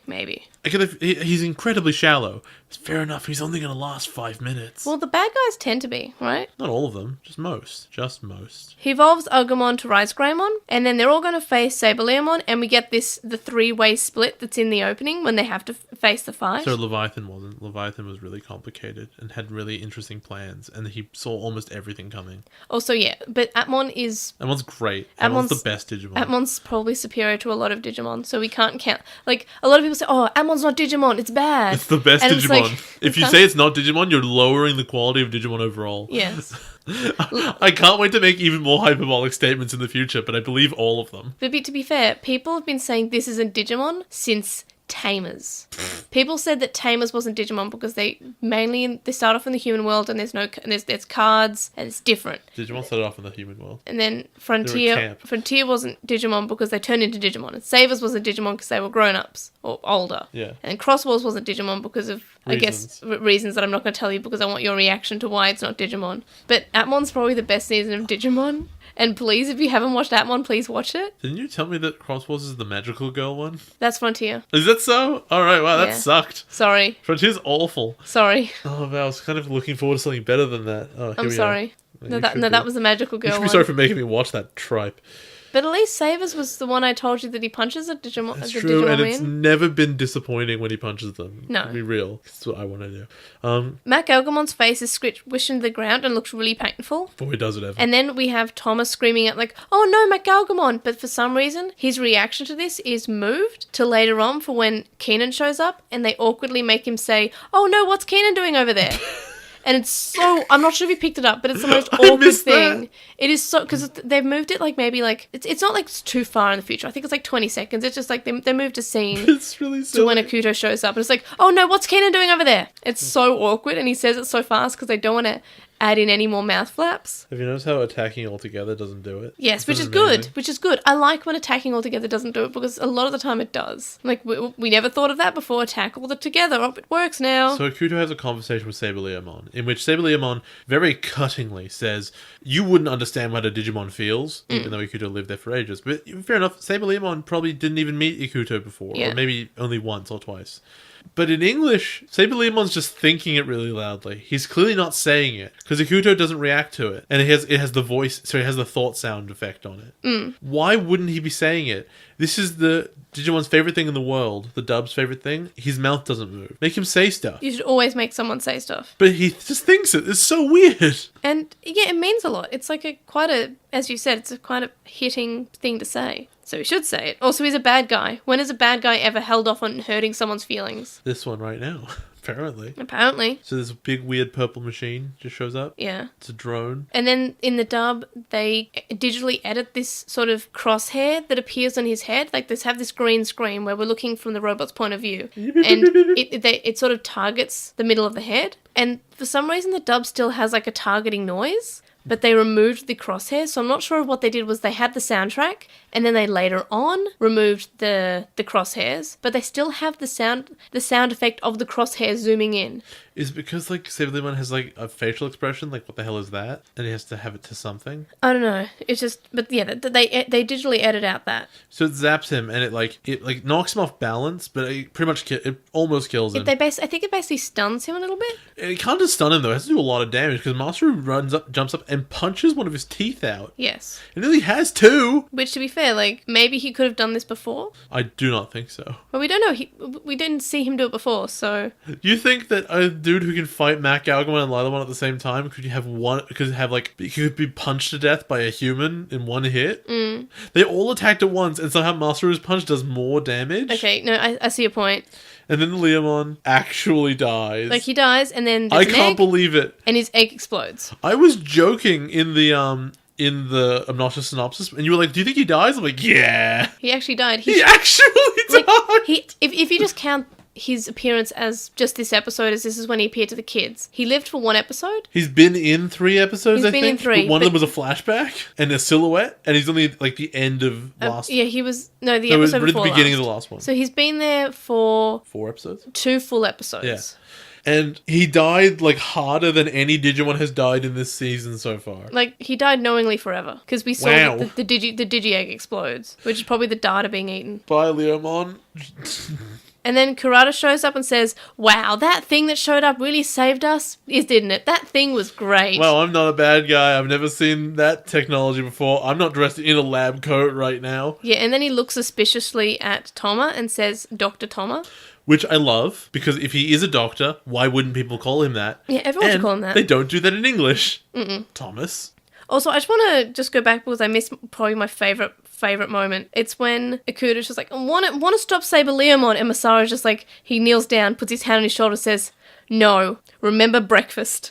It's great. Also, we forgot the guy comes out, Science Man comes out and says, What the Science hell? Man. What the hell was that Digimon? I've never seen it before in my life. Whatever. Thomas says, we have no data on it whatsoever. We have no idea what it is, and there's nothing in DATS's files about it. So, even though we know, presumably, it might be that they were lying to us, but the flashback appears to imply that the exploration squad ran into this exact creature before. How could they have no data on it? Did they run into it? It was there right then in the distance. You could see it. It was huge. In the flashbacks? Yes. Okay, remember that scene you said is a screenshot of the week with all the humans coming in with their guns? Yes. These were the things behind them. No, I'm not talking about the machine. I'm talking about SaberLeomon. Oh, SaberLeomon. Oh, okay. Yeah, no, I mean, like, I assume that Oh, you mean- he's yeah, that lying. in We the know distance. that. Yeah, that in the distance, I mean, yeah. like, DATS doesn't have image data on SaberLeomon because we saw his silhouette. Yes. Also, the things in the back behind the humans with the laser guns was way bigger than this thing. Yes, exactly. Okay, so obviously it was like an invasion that was being led, but you had to ask who the bad guy is. Yeah. It was humans all along. The bad guy was... It was man. What's annoying me here is I feel like what they're trying to do is a big twist. Did you know the humans were the bad guys? But like, it's not a twist because it's what they're telling us. They're telling us the humans were the bad guys. They're just doing it quietly. And then when I'm afraid that when they like reveal it to the kids, it's going to be like, a big twist for everyone. No one saw it coming. They're like doing such a bad job of even vaguely implying the Digimon were in the wrong ever. And the way they're trying to do that is when SaberLeomon and Mercuremon have their conversation, they speak really vaguely. Yes. Really. We don't like humans because of the reasons. You remember the reasons? We all remember those who wouldn't even talk about them. And as you said, a couple of episodes, all of this could have been stopped if they just actually sat down and had a discussion. Absolutely. And they probably could have worked out that, hey, there was another human who came in, and he's probably evil, and then Dats might say, okay, we'll be on the lookout for this person. Yeah, and it would have been solved too, probably, if Mercuremon hadn't just, like, randomly attacked the old dude in a couple episodes ago. If they said, okay, how about we actually sit down and I don't attack you and you don't attack me, and we'll just talk about things. And I think this is another reason, like, where I say that the digital world must be tiny. Because if Digimon can't understand the idea that, like, all the denizens of an entire dimension wouldn't be completely aligned with each other and on board with each other. Well, we had Cherrymon and he wasn't aligned with Murukimon. No, I know that, but, like, when you attack the digital world generally, like, you basically attack the establishment, and these are the establishment, and they all know each other. Right. So in which case, SaberLeomon or whatever, it just assumes, well, humans must be like this as well. They must all be in league with each other and communicating all the time, and must have agreed to come and attack us with 10 people. And it wasn't 10 people. The exploration squad was 10 people. Obviously, it's 2 different groups. Go ahead, we're almost at the end. There's egg curry now. It's the best. The characters finally get breakfast. And Akuto's using cutlery now instead of his hands. And then Akuto's in a bath with Masaru. And Akuto's like, is it okay for me to be here? And also we get a clip of naked Masaru that's cut out of the dub. Even though it's just like from behind and we don't see anything, it's just cut because I guess it shows, you can't have baths naked. You can't. Also, here's a question. Yeah. Why would Ikuto imagine, when he's looking at Masaru's mom and he's imagining Frigimon, He's half asleep. why would he imagine Frigimon with an apron? Does that mean Frigimon cooked? Maybe. And if so, how come he doesn't know how to use cutlery? Because he's an angry little man. Maybe he doesn't want to use cutlery. Fair enough. Maybe You he got doesn't me. Tony Abbott wouldn't know how to use cutlery. Angry little man, don't know cutlery. What do you think of both these episodes as someone who's new to Digimon? It's fine. I think it's decent. I like all of the stuff where I think I imagined it more than it might even be there. Where I love like Gotsumon going way out of his way because of his weird hatred and like the irony of him sort of betraying Mercuremon and all that stuff. I think that's really interesting. He's just awful. But they don't make a point of that in any way, right? It's all just very subtle, and to the point where I think that maybe they don't even know what's happening, which is a bit annoying. And besides the fact that Science Man is the master of stealth and can just be around people and nobody knows, I think it's going in an interesting way, and I think that Leomon dying was very funny. I'm not new enough to Digimon anymore, though, for the thing that is very important to strike me here. But that thing is, if I remove myself from like, haha, Leomons die all the time, it's really weird they introduce SaberLeomon and kill him this quickly. It's super weird. And I guess what they're really trying to do is be like, hey, you know that guy who like looks like a big bad guy? No, this one's the bad guy. To be fair, Digimon does that a lot, right? Not as much as you'd think. I mean, we had Pico Devimon show up, and then we saw the Pico Devimon was talking to an actual bad guy in Adventure. No one thought Pico Devimon was the bad guy. He's naughty. Yeah, but no one thought he was like... There was a possibility where you think, okay, maybe SaberLeomon is actually the evil guy. I thought that for a moment. Mercuremon seems like an honorable guy in all senses, but SaberLeomon is aggressive enough that maybe when the humans showed up, he attacked them first, and then it became a whole thing. Yeah, but also the point is that Murukimon thinks through things more, and SaberLeomon just like, I'm just going to go there, I'm just going to kill them. True, and if you're a bad leader is sort of like, or a bad guy in general, just like, I'm going to rush in there without thinking about things, and I'm just going to kill them. And that does not work. That's true. But what I'm saying is, like, that was what I was sort of reading into it. And, like, that was a possibility they could have, if they were going for it to be a twist that the humans did it, and this is one way of doing it. But they're just like, whatever, it's the science man. Yeah. In the English, he just tells you, I did that. Me. We have no idea who could have made this portal. We don't know anyone who has the capability to do such a thing. There he is. It's the guy who made the portal. That's awesome. What ratings do you give these episodes individually? That's rough, honestly. I'll go first then. I gave the first one a 7. Yeah, I saw the rating for the second and one. And a second one a 9. Why? Is it because you love watching Leomon die? No, I loved the family moments. I just think that it was very very warming, and I like when Digimon isn't all about fighty, fight. Yeah. And this was a good episode because not only did it have the fighting, which, yes, it's Digimon. Hello, it's going to have monsters fighting. It's going to have collateral damage. It's going to have explosions. It's going to have a Leomon dying. It's Digimon. But we also have this cute, like, family moments. And we know how family-driven Masaru is. And we know that he loves his family. He loves his mum and he loves his sisters. And he also just wants people to be part of his family because he loves family. He loves his mum's cooking. He's just a nice bloke. I'm going to give them a 6.5 and an 8. Yeah. 6.5 is only down from like a 7 or because of Ikuto getting out of deaths just by walking out while everyone's talking. Yeah, no, that's fair enough. I didn't even notice that was so weird. Stupid. But together, I guess I'll just do an average between them. I guess I'll just give it an 8. Okay. Because, yeah, good episodes. The second one, and maybe you agree with me because you also rated the episode quite high, but I give this, like, the second one's probably the best episode we've seen so far in Sabers. Maybe. It didn't, like, feel like it, though, right? When I think about it, I enjoyed a lot of it, but I just didn't feel like I was really impressed by it when I was watching it. I think it's because you didn't want to watch Digimon. Oh, that's so accurate. I'm always like that, though. Like, yeah, a lot of the time I think that you're not enjoying Digimon so much because you're just like, I have to watch Digimon. Oh my god. Yeah, I hate that. Yeah, and the thing is with Atmon, you sat down and you actually wanted to watch it. I wanted to know what would happen because the mystery was interesting. Yeah. And I think that's one of the problems with this series is, like, I don't know exactly the answer to the mystery, but, like, I don't care because I already know the main points of it. Yes. I already kind of get what happened. I can construct an image of it in my head, and I'm like, I don't need to know. Also, because it's not relevant, right? The conflict that's being carried on is really stupid and actually quite minor. And what about what you thought about these episodes compared to your predictions in Obnoxious Synopsis? I believe you weren't too far off, though. I called the Leomon dying, so get wrecked. Well, yeah, but you called that as a joke. Like, you didn't actually mean to call it. It was real, and I kind of believed it. I believed it enough. I believe that Leomon can die. You believed in the death that believes in the Leomon? So, I said in the first one that SaberLeomon would invade, and it's close. It's his forces, but despite being told not to, which is true, he did get told not to by Mercurymon. Also, Gotsmon's there, and Ikuto is annoying, and I was right about that. I said Dat's a force to hunt him down. That is technically true. In A, they ran after him and they grabbed him. But B, the Minister of Confidentiality said, go get him when the deal came through. Yeah, when Gotsumon said the thing, yeah. So, also there. And they don't want to. I hit every point of that list. I hit them very vaguely, but I hit it. What ratings did you predict? I can't remember. I rated a 5 and a 6.5. So, wrong. So the episodes were both better than you thought, which is good. That's like, true. Isn't that what you want? That's the part you want to be wrong with.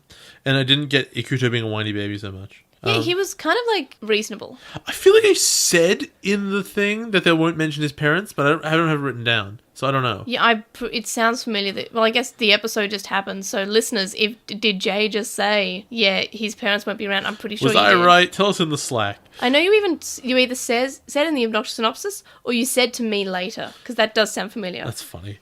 And then the other one I said, it's probably a big fight where they kill SaberLeomon because he's a Leomon. Yeah. Good enough. It's written down. That means it couldn't have been that much of a joke. Because it's my only real prediction about that episode. What was the major difference that you noticed? Because I didn't actually get that many. There was lots of cut scenes. Has to be... We do not know who made the portal. Oh, it's that guy? And in the previous episode, it's just like when I made the portal in the digital world. Yeah. When they just tell you the plot of the story. Oh, yeah, the end of episode 21 where they basically just say, this is what happened. Hey, check out those things that maybe were meant to be even vaguely subtle, or maybe were meant to be twists. I don't know what's intended in a children's show. Also, when Murukimon says that he doesn't want there to be... he wants there to be minimal sacrifices, as opposed to, I only want to punish the humans who wronged this world. I honestly think those are things you could have said in the same sentence, and they remain the same. I know, but that was the main difference. So they can't be that big a change. But no, like when they just tell you things you weren't meant to know, that's mine. Yeah, that too. And they're like right next to each other too.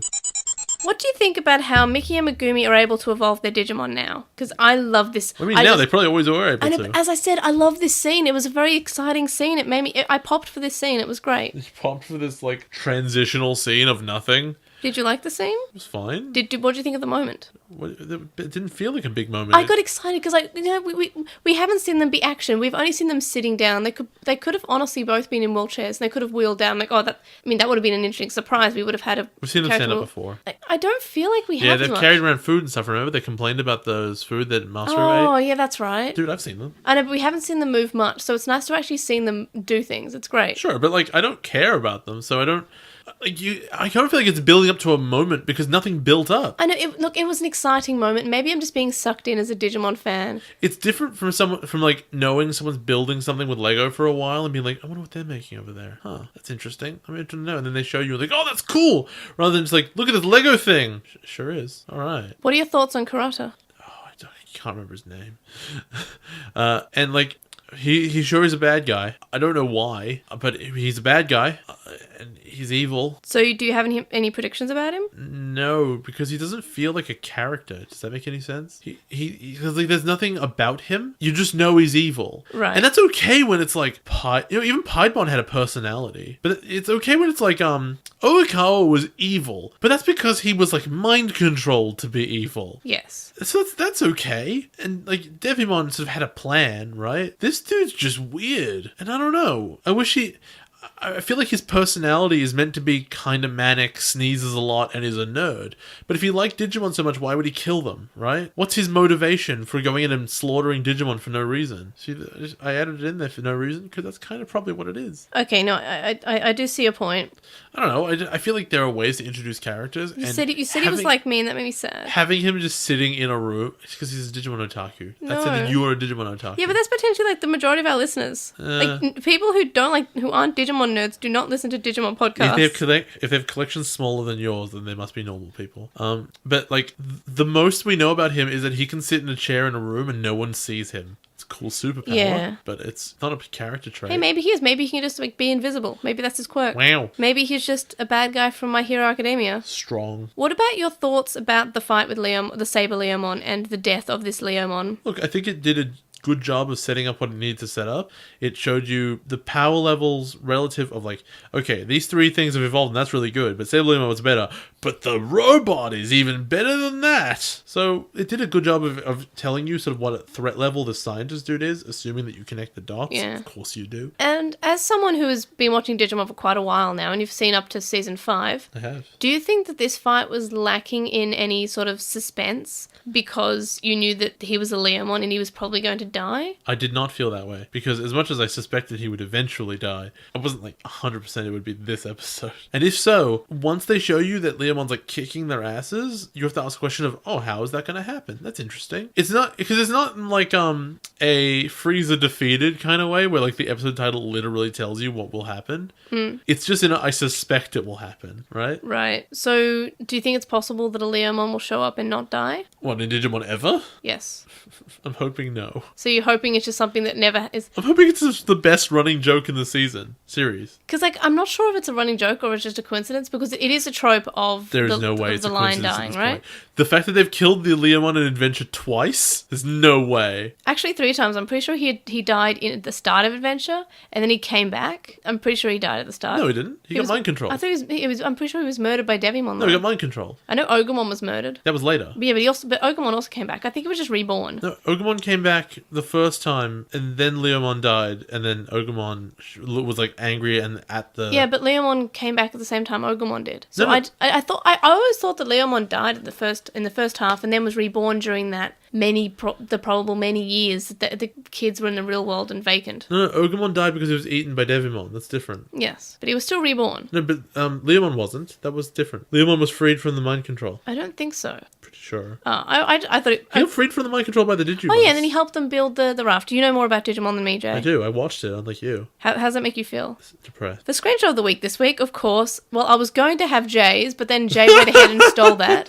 So alternatively, I have you to say that. When you usually say that, it means I didn't have one and I took yours. In this case, you took 90 screenshots. Yeah, I took a lot of screenshots. And I took this one independently. And yes. It's mine. Yes. So I went with Agumon biting the water fountain. I thought that would be yours, so I didn't take that one. No, Instead, I took Ikuto as a cannonball. Because that was funny. That was so funny. It's really funny. It was great. So, Digimon design introduced. Unknown Robotmon. It's not a mon. Okay. I don't believe you. Terramon. It sure is Terrible. No, it's a bad version of that. I love him. Of that Pokemon you really like. What Pokemon I really like? Steel Bird. Skarmory? Everyone, Yeah, dude, it's Skarmory. I don't like Skarmory. Everybody likes Skarmory. I love Skarmory. I thought you liked Skarmory. Yeah, I like Skarmory. He's not a dragon. It doesn't have to be. Well, my favorite. I only like dragon Pokemon, Jay. That's lies. 'Cause I'm really not cool. True. You like Rock Dog. Okay, he's a dog. That's You like different. Pikachu. No, I don't really like Pikachu that much. Really? Okay, but You like Rock Dog. You like Ditto. yeah, that's because that can be any dragon I want it to be. Like Julie. You like Chansey? No, Really? Huh. no, but I like Tyranitar, but that's not a dragon. Yeah, the Tyranitar's not a dragon. He's a good dragon. He's the most dragon you can have a dragon not be a dragon. Also, I'm like sure it was on Charizard. your team. There was more stuff on your team. There Yeah, must have been more stuff than dragons. Yeah, but then Pokemon Sun and Moon like sullied my love for Pokemon. Even though I had Rock Dog. Also, Garchomp's the best. And Aerodactyl. Aerodactyl's another non-dragon that I like. Yeah. Which you spend like 100 hours trying to... No, the Larvitar was worse. The Larvitar was worse to get shiny. Was it? Yeah, dude, I don't know why I did that thing.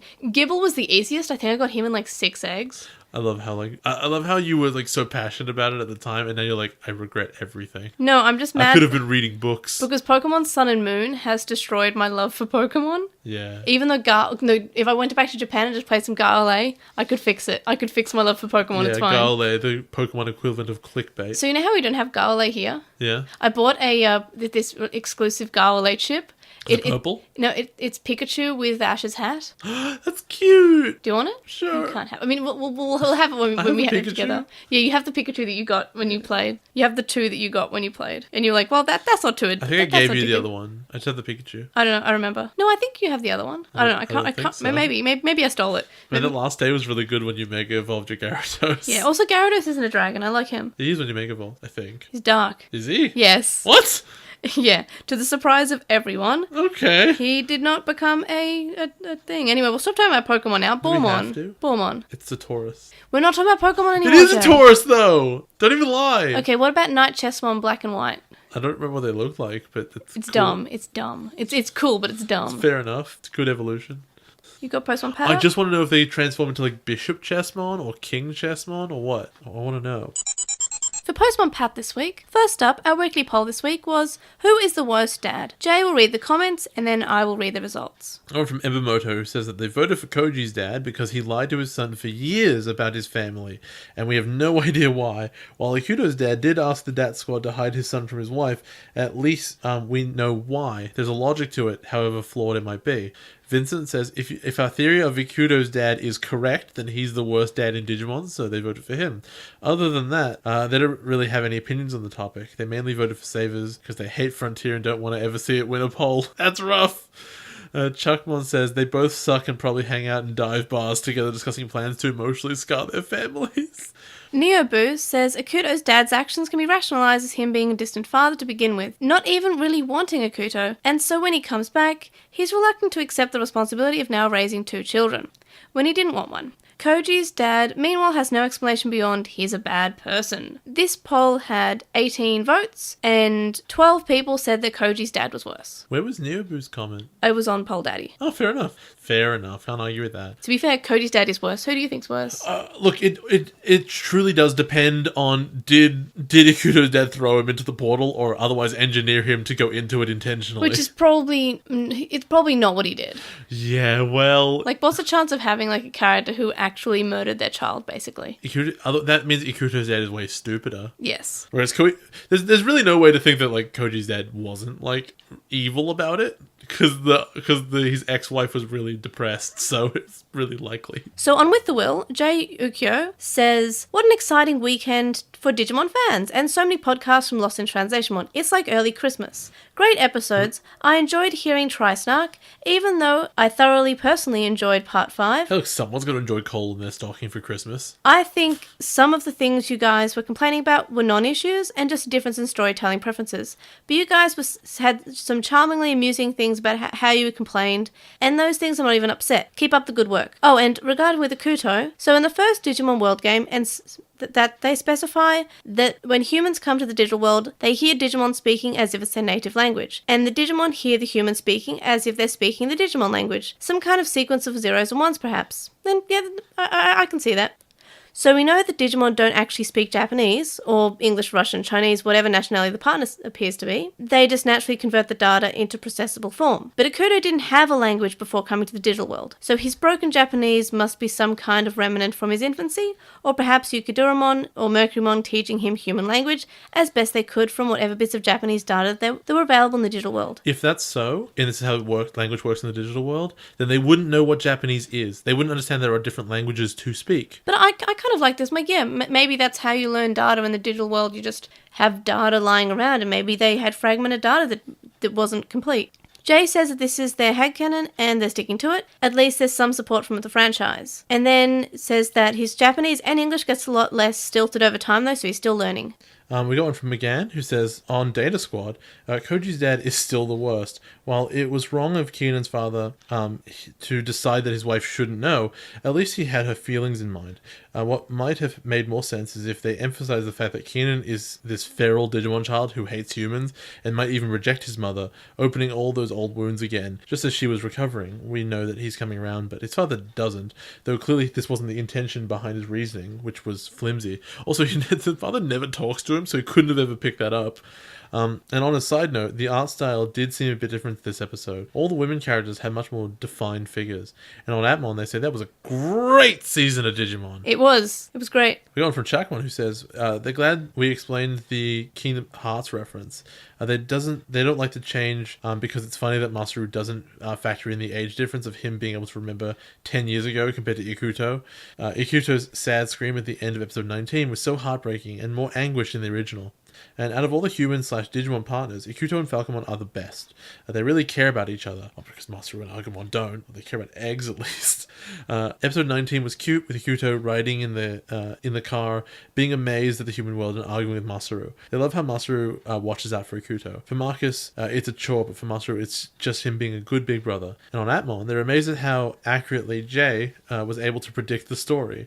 Where is the tower that character jumps off at one point? I thought that might be maybe Tokyo Skytree. Maybe. I could be wrong. I'm not that good with Japanese buildings, but I'm pretty sure it might be Tokyo Skytree. Maybe. It's like the only big tower that I know, so maybe? They say that Sky Tower West Tokyo, that might be... I don't know what building that is. And as far as Try Chapter 5 goes, they said they don't dislike it as much as most, but the supportive talks from Mako were overkill.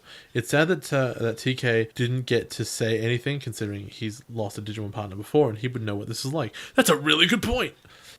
And hopefully we get a resolution with Maki at some point. Taichi, spoilers, I guess? I know I've did a little bit before this too, but skip forward like 20 seconds. Taichi's death scene was lame, and Hikari's scene lost its effect as a result. We know that Taichi can't die. He's on the poster for the next one. And on Gmail we got from Embamoto, who says, as far as episode 19 goes, how did researching the disappearances lead to you guys discovering the digital world, presumably asking Ikuto's parents? Because that's a legitimate question. People are missing. How did you discover a different dimension? Yep. I guess they saw the portals, even though they don't describe it that way. If people were disappearing, wouldn't your first thought be mass kidnapping or something a bit more particular? Yeah, not going to a digital world. No, I agree with you there. I have to assume that they saw what was making people disappear, and then they said, okay, there are other dimensions. It's hard to say, but they should have said it. The explanation we are given makes it seem like they went from the start from people were disappearing to we discovered a whole other world they were being brought to. There's a few missing steps in there. As far as episode 20, why would you have your newborn baby in the same room as a potentially dangerous experiment? That's a very good question. I wish someone else had asked that in a whole episode about it. Marcus is so happy for Keenan being able to see his parents. He was probably thinking about the reunion he wants with his father. After what Keenan's father said, I'm surprised that Marcus didn't actually punch him. You're right, Marcus should have a thing with bad fathers. Yeah. Why would you bring your daughter into the room where you lost your son when the same portal that took him is open? I didn't think about that at all. The dad's like, hey, just bring the daughter in. The portal's open again. That's cool. Got a comment on YouTube from Mr. Dengekio H, who says, yes, you got the Kingdom Hearts reference. They weren't expecting us to get it. I'm proud of myself for getting it. I would never have got that. We got one on Reddit from Tsunami My Wave, presumably. Just started listening as it's a good way to pass the time while grinding a rhythm game. And they've only listened to the Savers stuff so far. Savers is their favorite season with Tamers maybe higher. You should watch Atmon and reconsider. They fan subbed most of Digimon into Hebrew. That's awesome. That is really cool. Adventures to Savers. Try had a hard time thinking about how to translate the name correctly. The conclusion was the squad is related to the entire organization. Accidents can be understood as occurrences, and as for tactics, the best option was to say that tactics took care of the accidents in the digital world. I think it's what DATS means. Yeah. And in Japanese, the pronunciation is Mercurymon, but the Steel Warrior is Mercureymon. Fair enough. In the dub, they pronounce the Steel Warrior the same as the Marukimon in Savers, and couldn't use the pronunciation again. On Twitter, we got one from AnimeGuy01 who says, I thought, what if DATS is the name of the organization, but the Data Squad is the name of the Japanese division? That seems incredibly unlikely, because I think the D at the beginning of DATS is data, and no, it's digital, isn't it? Digital Accident Tactics Squad. Yeah, it's the DAT Squad. I honestly think that's where it comes from. We got one from Tumblr from Ellivorg who says, we've reached the parts where it's starting to not make sense that the government guy has changed to be the director of DATS in the dub.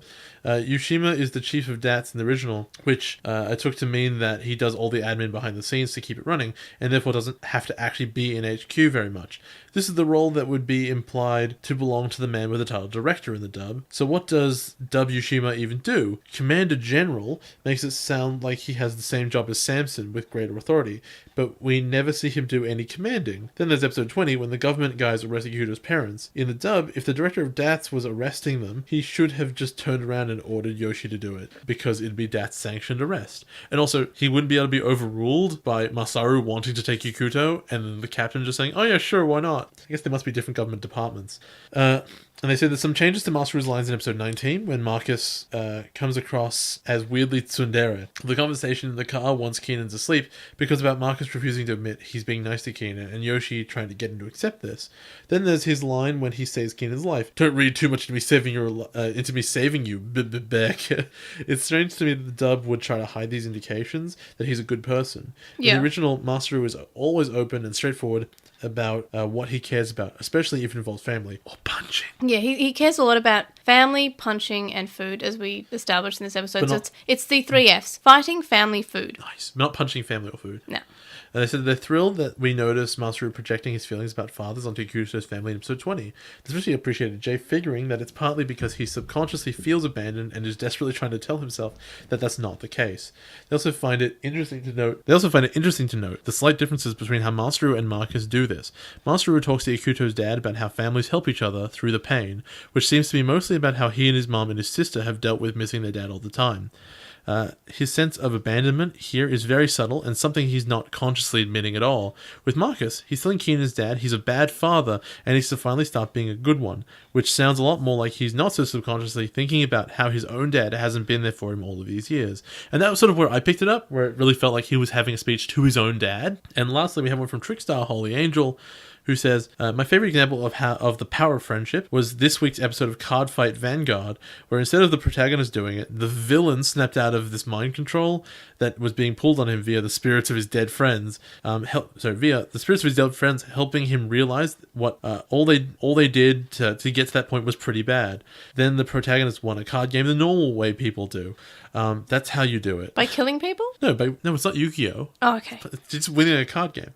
It had nothing to do with the results of the fight and everything to do with the character's arcs. That's fair enough. I guess what's being said there is that the power of friendship, while resolving the character arc, actually had nothing to do with the results of the fight/card game. Alright, everybody, join us for the next episode of Black Clover. One more digital dive. Or, once more to the digital world, in Sekimon's Great Rampage. And The Past Revealed. Or, The Revealed Past, Heartless, Gizmon AT. What? AT? AT. Like AT-AT. Oh my god, that robot thing is called Gizmo because it's like a gizmo. Maybe. And it's AT because it's like Star Wars. Maybe. Oh my god. For Weekly Wonders this week, I'm going to recommend something that just started, and it's the Will and Grace revival. Sort of like they're continuing on with the Will and Grace series. It was on, I think it finished when I was 10 years ago. So I was in year 8. So now they're reviving it, and it's very good. And Will and Grace is probably the only American sitcom that my parents have actually watched and enjoyed. So we're watching it together, and it's really nice. And it's got the same writers and the same director and the same producer as the original series. And it feels like the same, and it's so good, and I'm so glad it's back. And I was worried it was going to be bad. Is the epilogue canon? No. Okay. No, they actually retconned it in a really clever way. Did they? Because I've seen very little Will and Grace, but I definitely saw that last episode. Yeah, and then they have kids. So Karen wakes up and just had like this like just. Was it a dream? She had this dream. She was like, oh, you guys married to the smoothie man? She's like, oh no, we got divorced. And she said, oh, what about your son? And then they get your kids get married and they have kids. And they get married, and they're like, no, that's not real. They never existed. We didn't have children. They just say it? Yeah, so they retconned it. Is it clever that they knew the content of the dream before they were told? No, she says the dream. Okay. No, it's really well done, and now they have lots of things to say about Donald Trump, and it's really great. So if you were a fan of Will and Grace, or even if you've never watched Will and Grace, I suggest you watch Will and Grace. It is a really funny sitcom, and it has gay characters, but it never really makes it just about them being gay. Like they have one character who is the stereotypical gay guy, and then we have the main character who's Will. And he is like a very sort of straight acting gay guy. He's gay, but like he acts like a straight man. And then you have another character whose name is Jack, and he's played by Sean Hayes, and he's brilliant. And he's just very sort of flamboyant. And it's really nice. Like they never really have like the whole story isn't just about them being gay.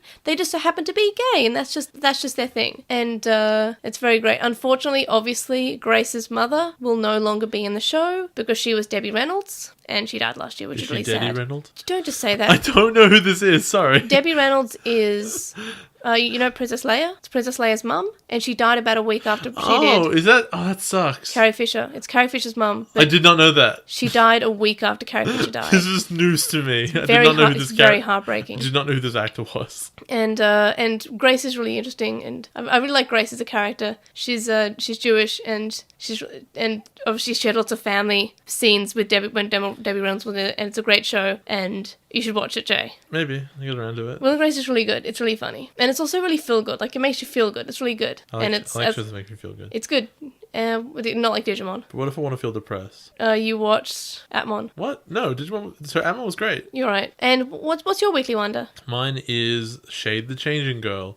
I had a whole conversation about it in the intro bit before where the patrons get to hear it. It's a comic series. That was before we started recording, isn't it? Was it? I thought you had started by then. I can't remember. That's why I was going into it the whole way, because I thought you were recording it so that people could hear. Oh, I can't remember if I had it on record or not. I might have. I guess you'll find out.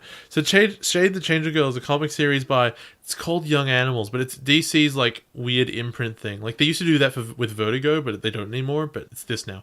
It's this really cool story about like an alien who possesses the body of a brain dead girl and can sort of vaguely see bits and pieces of this girl's memories, but wakes up this girl after being like in a coma for 5 months, and then they go back to their family and to their school, and it turns out that everyone hates this girl because she was an awful, awful person before like her accident that put her in the hospital. And so this alien has to like deal with everyone hating them and like figure out why everyone's having this emotional reaction and how to deal with it, because they have no basis in like understanding humanity. They talk about Earth before they put on like a magic coat that sends them to Earth. Comics are weird.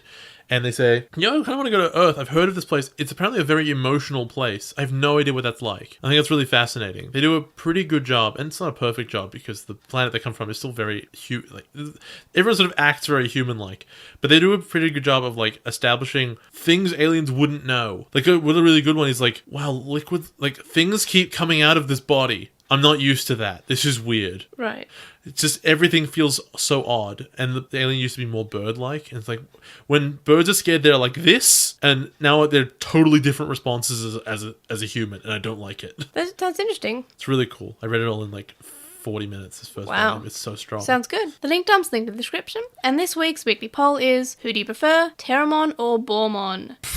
Yeah, I had no better ideas. Okay, you were stuck, huh? I was stuck this week. You can also find our screenshots of the week and our weekly wonders linked in the description and in our link dump. Our Redbubble is linked in the description, and you can get more than just shirts there too. You can contact us and stay updated. You can email us at LostinTranslationmon@gmail.com, or you can comment on this episode or message us on SoundCloud. You can follow us on @TranslationMon on Twitter, and you can find us on Lost in Translationmon on Tumblr, Facebook, Instagram, and YouTube. We have a discussion thread on With the Will, and a red thread in the Digimon subreddit, and we would appreciate if you would review us on iTunes and or Stitcher. We also have a website now, and you can vote in our weekly poll there, and see our release schedule. You can also donate to our Patreon, which is linked in the description, from as little as $1 a month.